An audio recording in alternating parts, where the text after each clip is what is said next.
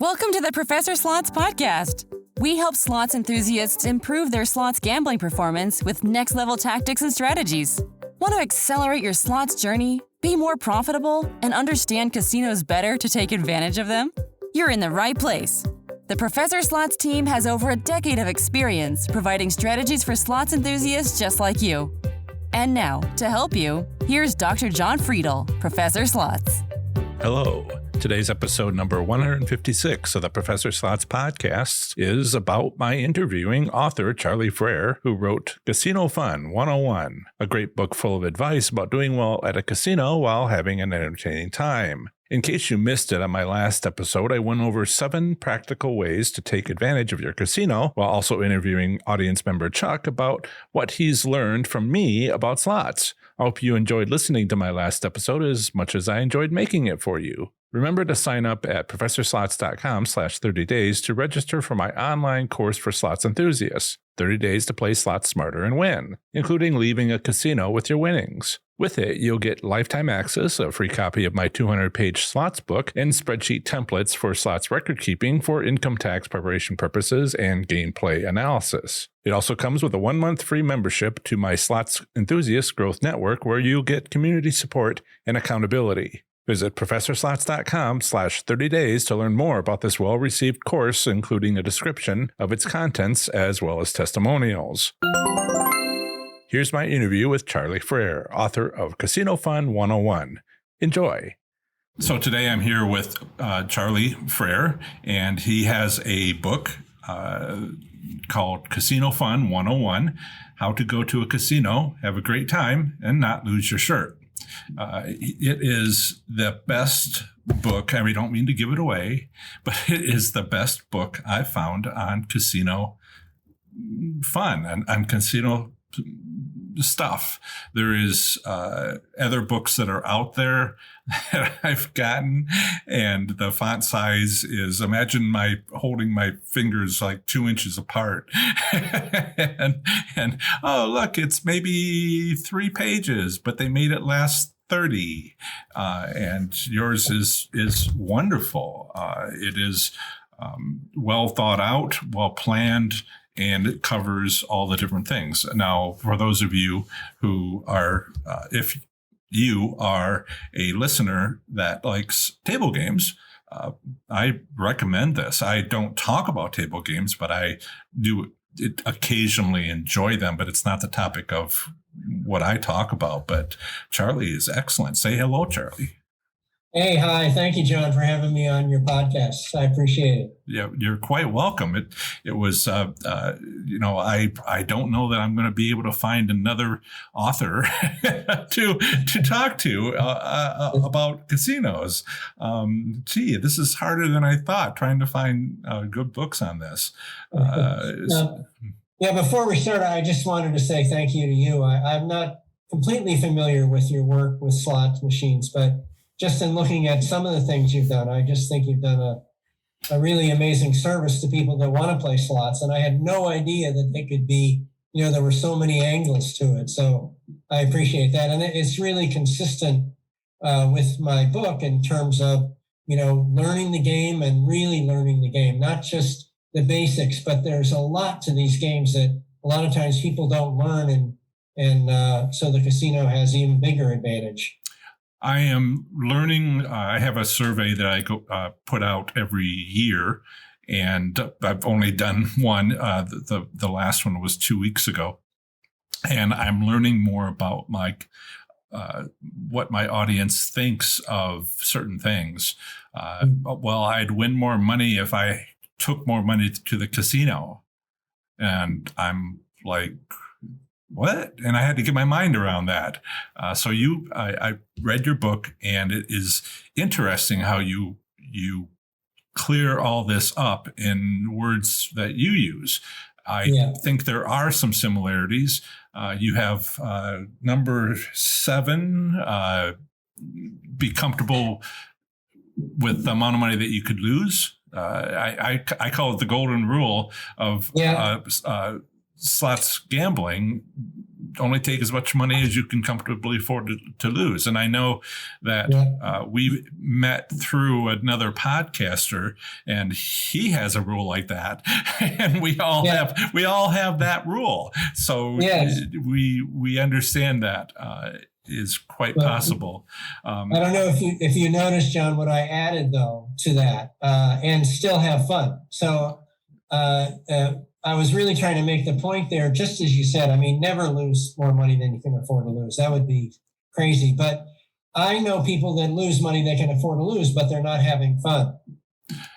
So why would you do that if you're not having fun? It's crazy to me. So that's why my 7th golden rule, I have 10 of them, but my 7th one, you're right, reads only play casino games with the money you can afford to lose and still have fun.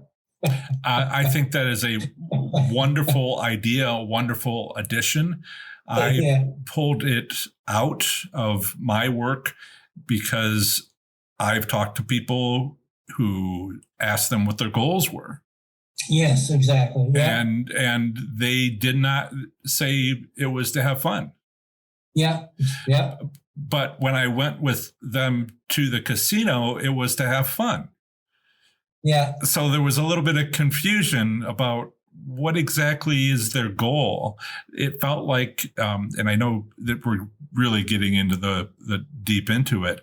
It felt like what you were saying about not understanding oneself and understanding why are you there. They were sort of, going to have fun, but they were telling me, no, I'm in it for the money. Yeah. Yeah. And okay, it was I won't say who it was. It's somebody that I use as a contractor. And I'm just like, okay, so you're not getting in front of the audience until you learn more about yourself. Well, one of the things I think about that, because I've had people talk to me about that too, is that they say, well, I go to win. And I say, yeah, winning's fun. I'm not saying go expecting to lose and try and make it fun. I'm saying that if you approach it like whether you win, lose, or draw, it can be fun, and it can be.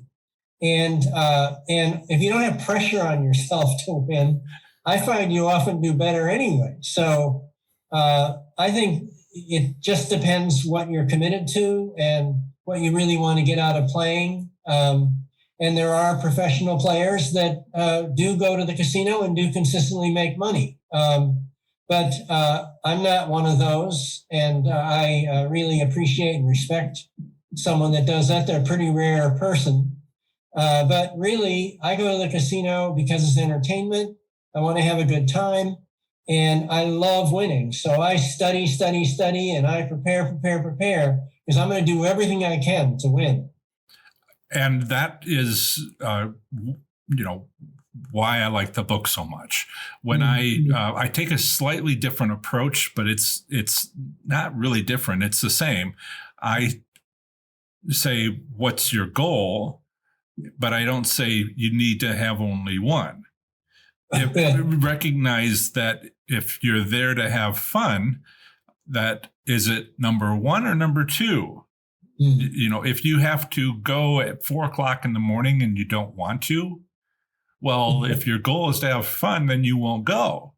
But if your goal is number two, to have fun, you might. and so just a little bit of thought on the goals, and certainly just which one's a little higher up.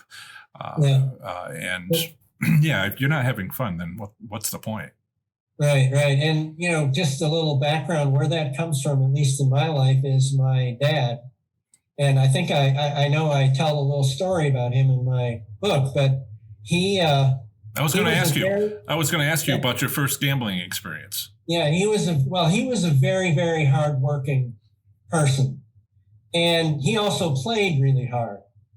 And he would lecture me all the time about, if you're not enjoying yourself and you're not like throwing yourself into it, why do it? If it's not fun, don't do it, And he didn't expect to have fun at work, but he really threw himself into it.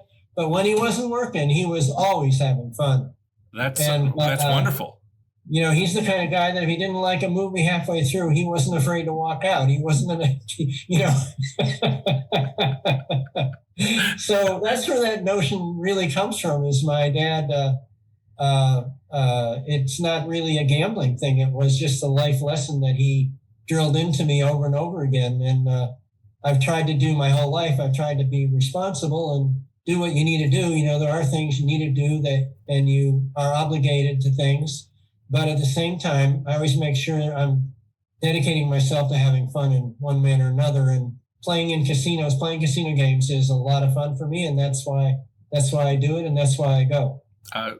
Wonderful. And you have the completely appropriate title, Casino Fun 101. That's the perfect title for your book. And I must say, it's wonderful that you had such an excellent father. That's wonderful. Very, very fortunate. So tell us a little bit about your first time in the casino. There's a lot of new people lately. We have this whole Google, and YouTube is the world's second largest search engine, and people are Googling, how do I play slots? How do I do whatever? Yeah. And that is available today. I used to work in a library. You know what that is? Anyway. And I remember card catalogs and all of that. Yeah. Now we have this thing called Google, and the generations that are out there, they just naturally look to see what's available. Is there a YouTube video? Is there a podcast? Is there this, that, the other thing? So they are at the place of first time in a casino. So I was, we never forget, right? And, and you do talk about it in the book, but talk a little bit about what your experience was there, because there's so many people who are just getting started with going to casinos and playing slots. But, I say things myself, like, go to the casino. I hope you lose. They're like, what? I said, the second time you win. Because, if you win the first time, that's just unacceptable. You're getting the wrong attitude, and it's going to take forever. But please, would you share a little bit about your first time? Oh, I'd love to. And it really comes down to one of the reasons I wrote the book. I made probably like you, John, I made almost every mistake you can make. I did about everything wrong that I could do wrong. And I thought, here's a great opportunity for me to at least tell people what I learned from all my mistakes. And my first trip to casinos, to Las Vegas, I'm from Colorado originally, and I was in Boulder and drove overnight to Las Vegas through the heat, got to Las Vegas, and didn't bother to go to sleep or anything, went right out. I was ready, And I'll be honest, it was I'm counting your mistakes, but slow down a little bit. It was a disaster, and I lost all my money that first day before I even barely checked into the hotel. I checked in the hotel and left. And I don't want people to get discouraged by saying it was a disaster, because it turned out that it was a lemon that I made into lemonade, and I think if I had just walked away as it was a disaster, I never would have tried it again. But I was forced to stay there, or felt I had to stay there, because I had prepaid my hotel room for 3 nights. So I lost all the money before I even took a nap in Las Vegas. And in those days, we didn't have ATM cards, thank goodness. Otherwise, it might have been more of a disaster, Yeah. But and I was just out of college, I had limited money, so I lost my whole bankroll, and I spent the next 2 days educating myself. I thought, well, here I am. It's supposed to be fun. I'm going to just walk around and watch and observe people. Well, back in those days, they used to give out $10 free if you went into a casino for the first time and you'd play them in their slots. Well, I started doing that and playing really slow and getting free drinks. Or if I won a little bit, I'd cash out and leave. And and I learned about the buffets. And I went over to so I met up with this person that took me out to the Hoover Dam. And I just loved Las Vegas. For me, it was just so much fun. And I really and I watched people gamble a lot. And I really noticed there was a difference. There was this kind of two groups of people. Most people were playing, not really knowing what they were doing. And then there were a few people, and you could pick them out right away because they would raise and lower their bets. And they would sometimes think about, what they would think about things, but not like, oh, what do I do? But like, you could tell they're doing math in their head or something. Or something. Yeah. I was out on the outside ring of a sporting event, standing next to my girlfriend who knew the sport. And she would go like, ooh, and I'd be like, what?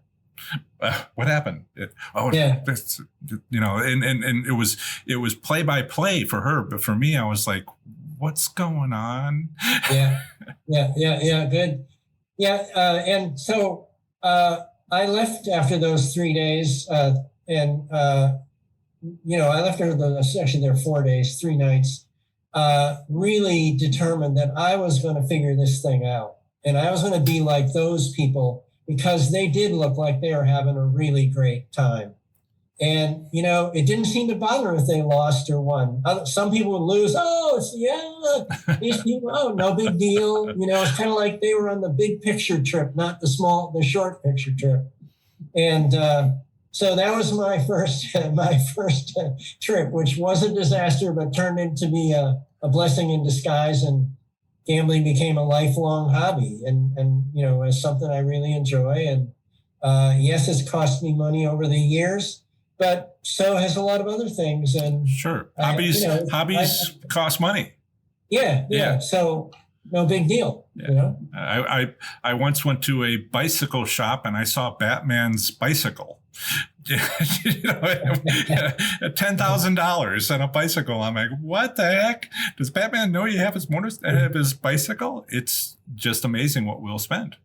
Yeah. Well, one of the things I talk about in Casino Fun 101 is that I've divided gamblers into 4 groups, casino gamblers into 4 groups. And the people that really don't know anything and are playing on hunches and don't, just are kind of there trying to figure it out as they go, if you will, which that's what I was doing my first time. I had read a little bit about blackjack, but didn't really know what I was doing. I call them, I say they play like a bozo, And then there's this group of people that are there and they really are learning. They've studied up some, they're learning from their mistakes. They ask questions. I call those beginners.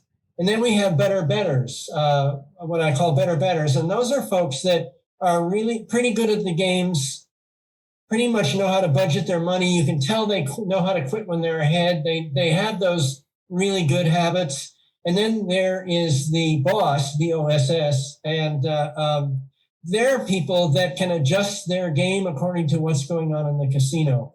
And especially at table games, if really good people know how to adjust their betting and adjust their style of play according to what the casino is giving them at the time. And so I've kind of outlined those 4 types, and my book's goal is that people read my book will want to become a boss and really do the necessary steps to become at least a better, if not a boss. So since I am Professor Slots and I talk about slot machines, how much have you played slot machines? Great question. Well, at the beginning, slot machines were the curse. Like, you don't go near them, the one-armed bandits thing, all of that. But I had on my second trip, I took a young lady with me, a girlfriend, and she wanted to play the slots. I was really into, I'm going to play blackjack and I'm going to play craps, and I know how to do these games now. Well, she was really into slots, and on the 3rd or 4th hour, what happened. She hit some jackpot and won like $1,000. How much? How much was that? It was a quarter machine, and she won $1,200, I think. Okay. Yeah. Yeah. And, and in those days, the quarters were coming out and the lights were going off. And I think it was a lot more fun back in the day in some ways. But you had to carry that around. Yeah, I know. Well, she had a coffee can. She was prepared, We had, those plastic jugs people would carry around. Oh, yes. Oh, yes. Yeah. So I started getting interested in slots. And never have it's not my first choice by any means. Mm-hmm. But after reading some of your literature and realizing the thought and the research that you've put into slots, I'm going to take a different look. Because in my writing the book, I interviewed a lot of people, and I did find slot players that I always thought you just go and pull the handle, but I found slot players, as you know more than I, that are very thoughtful, that have a strategy they're using, that have carefully selected the machine they're using. Yep. And they're using your principles and only on slots. And that's why I wanted to ask you about it. Exactly. Yeah. In fact, one trick I've learned that has really worked many times, I'll be honest with you, is I ask, it's very unscientific, but you can only go so, honestly, I'm a scientist. I'm engineer, aerospace and all that. And you can only go so far with the science because the science says, what are the rules? And, for table games, there's math. Yeah. But it's hidden with slot machines. So, we can't go that route. So tell me what you got. You go to the slot area and you start on a nickel machine or something, wait for the cocktail waitress to come by with the drinks and, get a free drink and give her a big tip and say, hey, are there any hot machines around? And I have found, especially if you give a nice big tip, they will always point you to a machine. And I have done very well just doing that one tip. And that's one of the things I talk about in my free guide. I say talk to the casino employees, but you can't do what they say. You have to listen, if that makes sense. They say this one, play this one, and you're like, why? Did you see somebody win on it? Oh. No, I just like this, it's sort of, you have to evaluate, what they've witnessed versus their personal bias about how they think about it. So you were asking the right question, what machines are loose, and that will serve you well. Because that's what you want to do. You can do it yourself by going and going and going and going. But if you're at a casino for the first time, ask somebody who regularly sees stuff. It's really good. And one of the things I've learned, in addition to cocktail waitresses, is in the smaller casinos, employees tend to have a couple of favorite machines. They tend to have a couple of machines that they play when they can play there. Yeah. And so I also have it depends on the casino. Some casinos you can't play in the casino you work. Yeah. Some you can. And I haven't done this for a while, so it may have changed. But I have been in casinos in Colorado where I would ask a couple of I'd ask the blackjack dealer, what machines do people like here? You guys have a favorite machine? And oftentimes they'll say, oh, that one over there has really been good lately, or something. Yeah, and that's the sort of thing that you've been doing. According to your book on table games, exactly. And when you're winning, you're winning. When you're not, and recognizing that difference. So feel free to, if you have questions or you want to be a fan, go right ahead. And and it's just, I recognize so much of what I talk about in what you were saying about table games. And that's my recommendation to you is apply what you know even more to slot machines. But we're not doing a paid consultation here. So well, as long as I'm having fun, I'll be right there. Okay. All right. So I liked what you said about a professional gambler. The professional, that term is hard to use for slots play, but you do have people who win. Yes. And they are quiet about Yes. it. But Yes. they have reached out to me, and it's been a variety of responses. First thing is, shut up. What are you doing? You're ruining it for us. And then there was also finally somebody I can talk to, because I figured this stuff out, but I'm not going to tell anybody. But I'll send you an email message, John, and we can chat about different things. And I've been doing this for 20 years, and Wow. and so then they like retire and move to a different state, and they're like, "What happened?"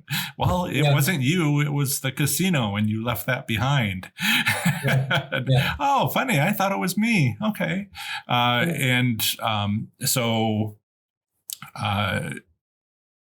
So I really like what you were saying about just kind of going through the book, and what I really enjoyed the most. I like what you said about casinos make it easy to get into a game and difficult to get out. I think they've been doing that more. Now they kind of build up a bank in a game, and you're like, well, I don't want to leave just yet because I could win some of that back. They won't win a jackpot and make more money, but if they can get a little bit back of what they put in, and it's slowly filling a bucket, then that they would want to do that. And what they do is they often is they don't notice that that's happening, and you get all these AP players. That's what the original name. I mean, all my advantage plays are advantage plays, but there's this 10, 20-year-old term where they see that person doesn't understand that they've built up some money, and while they wouldn't make back everything they put into the machine, then make back some of it if they were to stay, but then they leave. I don't know, am I being too complicated here? And so they would jump on it. The AP player would jump on it, and after they left at the wrong time, and swoop in and capture that amount. That would be a profit for them, a loss for the prior person, and the casino would make money overall. Yes. and that seems to be, people are listening to the slot machine manufacturers are listening to casinos' audiences and patrons, and because the casino is feeding back information. Gee, I almost prefer winning a bonus round than I do from winning money. And they're like, hey, works for us. We'll do that. Yeah, right. Hey, but twist my arm. And so you see, this last year, a lot of games got made during the pandemic, and when they, casinos were closed, yet they're still working because they're working from home and building these games. And so they decided, when it reopened, and also the casinos had to start making money again, so they couldn't actually get back into full-on mode for a couple of months. But by the end of last year, they were like, let's bring this stuff in. Slot machines are like $20,000 each, so they had to kind of like, you want to get 1,000 of them? Well, you're going to have to put that together. And so now you have these machines which just seem to be taking advantage of not being able to get off, of being pulled in. And so I really, counted that as a great saying, that casinos make it easy to get into a game and difficult to get out. It's almost like if you're ignorant, you just leave, and the AP player would swoop in. But and I'm just like, wow, how does where is this going? Because the average slots player is getting more educated. Yeah. You're welcome. And sorry, don't mean to pat myself on the back, but people have to actually hear what I have to say. And so it's happening, slowly building up. And it's interesting to see that, it's becoming more true, what you said. And there is something that I wanted to point out to you, which it's I don't know if I really should, but I'm going to do it because I think I know what happened here. All right. Which is the table where you have the returns. Let's see here, page 22, maybe not 22. Yes, 22. I don't think that's accurate. The casino advantage by percent for slot machines, it is. That is the number. I can show you December's return statistics for Nevada. They have 21 craps, roulettes, Texas Hold'em, 3-card poker, blah, blah, blah, blah, all these different games. It isn't 1 to 2%, 1 to 3%. Oh, you mean like blackjack? Yeah, I mean for slots, it's 4 to 15%. Yeah, that's what I have there. Yeah, but the others, it's what? Well, and that's if you play perfectly. Remember that. And most people do not play perfectly, so immediately the percent goes up. Right. I mean, you just do one. See that's. But you can play slot machines perfectly too. So you use the average result for all slot players, but you use maybe boss level for the others. Yeah. Yes. Yeah. Well. See this.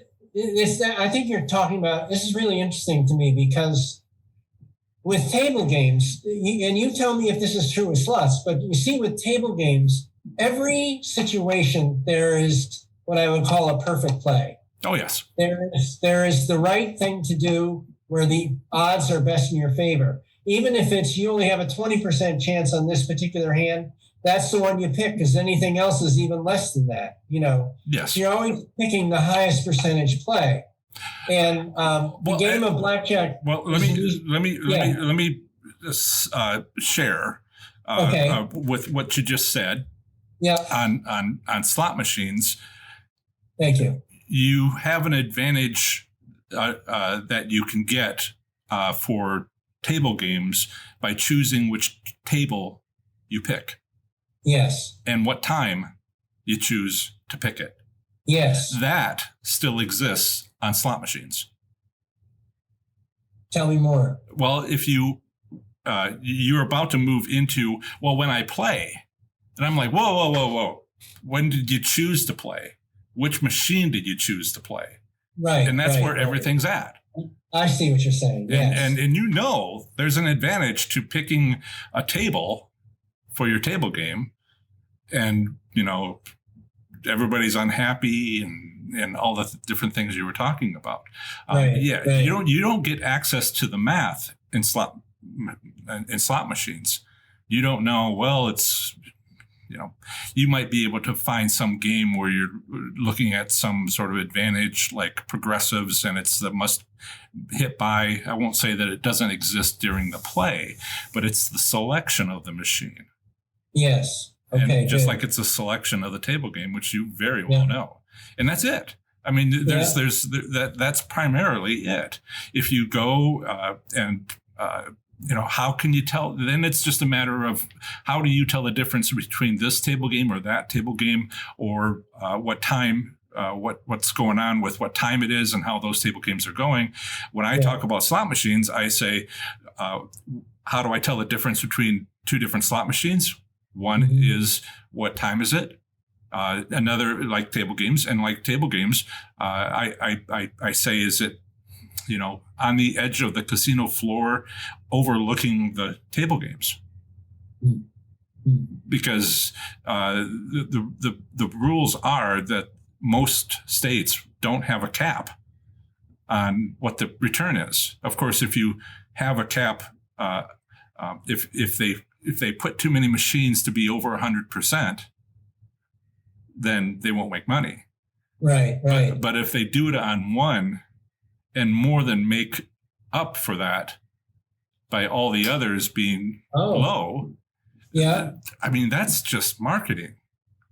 Yeah, that's a great point. When I interviewed a slot, I interviewed several, but the first slot player I interviewed when I was thinking about writing my book was a woman that played regularly.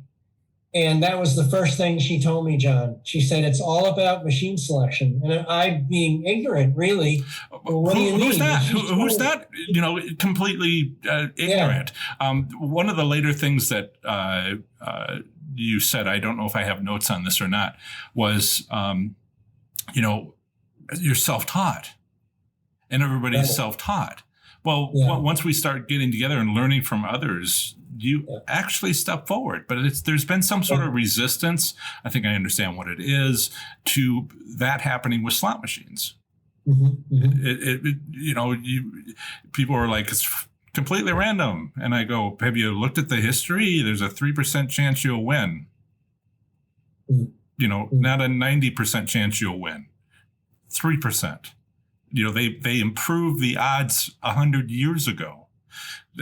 Otherwise, we wouldn't be playing slot machines because they would not be fun. So, and anyway, I don't mean to get passionate about it. I would say use what you know and use it on slot machines.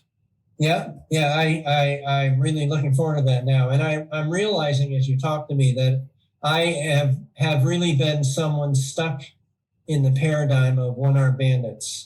I'm going to be generous. I'm going to say, no, you are not. Everybody is.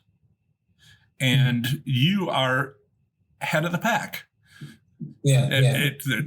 The pack's not far behind you. And there's some quietly, like the woman you described, people are quietly doing that, but that's the exceptions. How do I put this? You're not screaming at me right now. No, no, it's not true. None of this is true. There's people who are deeply upset. I had an old boss who said, if you point out to somebody that they have right between their teeth, a little bit of lettuce or something on their teeth, and you show them that, that's there. Well, it's one thing to tell them after lunch, and there's another thing to tell them 10 years later. 10 years later, they're embarrassed. They're embarrassed both times, but where were you the last 10 years? So they look at the consequences of, I didn't see it for 10 years and you're not upset. You're looking at that. So kudos to you. I mean, honestly, it's the best book I've read on casino gambling. And outside of a few things about, I can spot the things about slot machines where I'm like, no, actually, it's have fun exploring that. I almost imagine you're like, well, I've got it all down. And now you're like, oh, this is going to be so much fun. Yeah, no, I am a big believer in growing all the time. Me too. Growing and learning. So, I'm very clear. I can point the way in a lot of things, but there's always more to go, Did I ever, so for the podcast listeners, we are actually looking into each other's offices, or rather I'm looking at a ravine because you've got something up. But the top row is graduate degrees. The middle row is bachelor's degrees. And the bottom row is associate's degrees. And don't be too excited. As I tell everybody, I got the student loans to go with them. And now you're a little bit lower than when we started that conversation. There's a cap. I went over it. But to get, I shouldn't touch anything when I'm recording. So I think that's about what I wanted to share with you was, that I share with you, the audience, that this is a great book. I've looked at the way it's structured, and I'm thinking about a few ways to try to incorporate ideas. You have a trip kit. And some other things, and I'm like, wow, that's really something. And I was thinking about putting something together for slots players that would be, for them. There is a few. I don't know that I mean, this is just better rounded out. The way that you expressed being prepared and to think about things. I have to think about something that's going on. I talked to a customer, an audience member recently, yesterday, the day before, who commented on one of my videos. They're like, "So how do you keep track of when you spend $20?" And I'm like, "Seems like you understand." He says, "Well, you win a little bit and you spend $20, but when do you keep track?" And I'm like, "So you don't count how much money you spent playing gambling?" And they're like, "Yeah." And I'm like, "Really?" Because when you have chips and you know how big your stacks of chips you have on your table, then you can do that. And how much is out on the table? And I apologize for not using the proper terms. But on the slot machine, let's say you get $10 in free slots play. And you load that onto the machine, and you win something, and you're not keeping track of how much of it is free slots play, then just hit the cash out button, and the cash will come out as a voucher, and the free slot play will stay on the machine. Mm-hmm. But if you put in $20 or put in $10, then you can't tell the difference. It's just like, should I tell them use math, addition, subtraction? I reckon, they're not stupid, but they're like, this is completely different from how I play. I play until it's gone, they tell me. Winnings and what I put in originally and all of that. And I'm like, okay, that's where we're going to have to start. And I was reading your work on, counting. Well, are you referring to the stop win, stop loss? Those aren't my ideas. Somebody taught me that, but I'm telling you that upped my level of my level of playing a lot. I call it loss limits and preserving gains. And so because they might have heard that before and not your terms. I saw that's exactly it. And I'm like, what does it take to figure out how to do that, and how can I help people do that?